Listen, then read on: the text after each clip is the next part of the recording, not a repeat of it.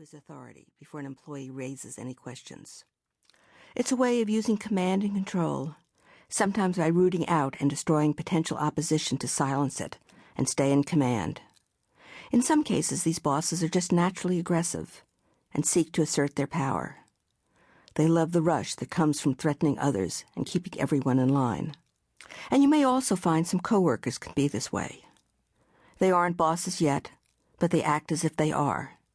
And if they do take charge, they may be apt to exercise their newly found power in the same aggressive way, especially when they are new to the position and fearful of any challenges to their authority. Such bosses, and other workplace wolves, typically like their employees or coworkers to be submissive and deferential, all the better to take advantage of them and get them to do their bidding. And then, at the first sign of a challenge, they're likely to attack. So it's no wonder that they are hard to get along with and are often loners.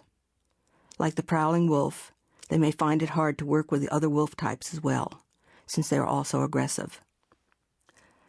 But if they consider you part of the pack, beware. Things may seem fine at first, but when they get angry, they may try to push you out.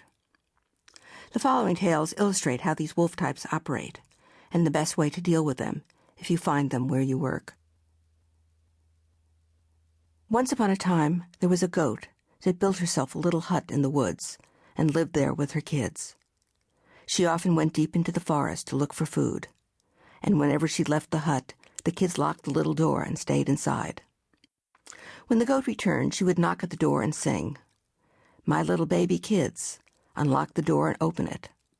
I, the she-goat, have been in the forest. I've eaten soft grass and drunk spring water. Milk flows down the udder, and from the udder to the hoof, and from the hoof into the damp earth." The kids would at once open the door and let their mother in. Then she would feed them and go again into the forest, and the kids would lock the door very tight. The wolf overheard all this. Once when the goat had gone to the forest, he came to the little hut and cried in his rough voice, "Hey, little kids. Hey, my dear ones. Unlock the door and open it.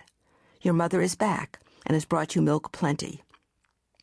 But the kids answered, we hear you, but yours is not our mother's voice. Our mother sings in a soft voice and sings different words." The wolf went away and hid himself. Then the goat came and knocked at the door singing, "My little baby kids, unlock the door and open it. I, the she-goat, have been in the forest.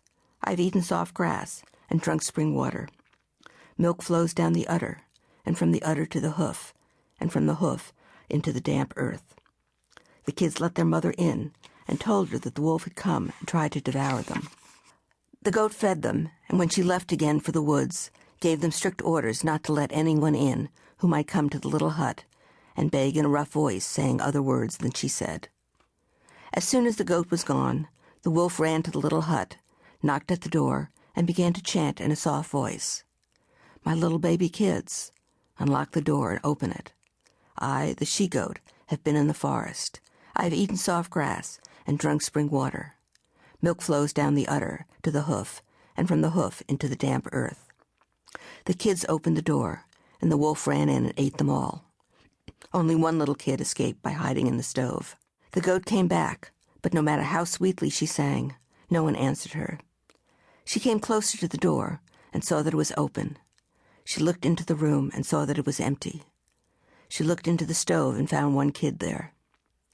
When the goat learned of her misfortune, she sat down on a bench, began to weep bitterly, and sang, "Oh, my baby kids, why did you open the door to the wicked wolf? He has devoured you all and left me with great grief and sadness in my soul." The wolf heard this, came into the hut, and said to the goat, "Ah, neighbor, neighbor, why do you slander me? Would I do such a thing? Let us go to the forest together and take a walk." She replied, "No, neighbor, I have no heart for walking." "Let us go," the wolf insisted. They went into the forest and found a pit in which some brigands had recently cooked gruel. There was still some fire left in it. The goat said to the wolf, "Neighbor, let us see which of us can jump across the pit." The wolf tried first and fell into the hot pit. His belly burst from the heat of the fire.